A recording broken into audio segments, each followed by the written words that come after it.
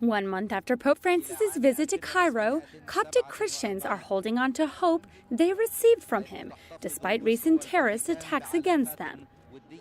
This expert on the causes of conflict in the Middle East says the 9 million Coptic Christians in Egypt are thankful for some of the advances the Pope was able to make through dialogue. These include the common document Pope Francis and Pope Tawadros II signed to recognize the baptism in each other's churches and the resurgence of communication between Al-Azhar and the Vatican. The Coptic Orthodox Church passing a moment of suffering, as they are looking at this visit of Pope Francis with great thanks. Great thanks to say to the world, we are not few. We have the universal church with us. With 10% of the Egyptian population Coptic Christians, which simply means Egyptian Christians, they have always been looked at differently. However, Professor Farag says recently attacks against them have increased due to the ideology of certain groups of Muslims in the country, like the Muslim Brotherhood. Many have been affected by political manipulation since childhood and have looked at the Quran not for peace and love, seen in the older part written in Mecca, but for the political aspect seen in the second part.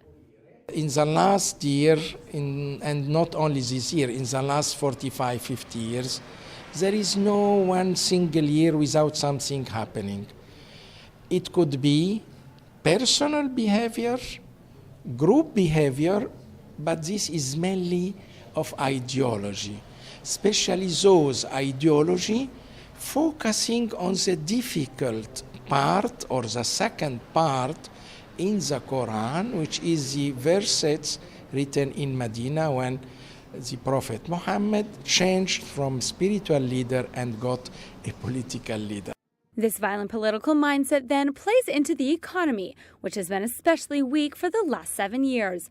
This is why the Pope's meeting with President al-Sisi was especially important to all Egyptians, but especially the Christians who are attacked by these ideologies. What is important? More they do attacks, more they kills, the Christian faith becomes stronger.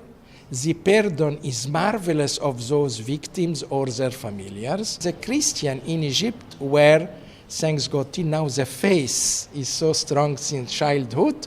That's the last attack. There were many children, and we have to listen to their testimony and forgiving those who did the attacks against them. The professor says that as corrupt political and minority Muslim ideology groups instill hatred into each member from a young age, the Christians are trying to do the opposite and are planting seeds of faith and forgiveness into the children for the hope of a better future.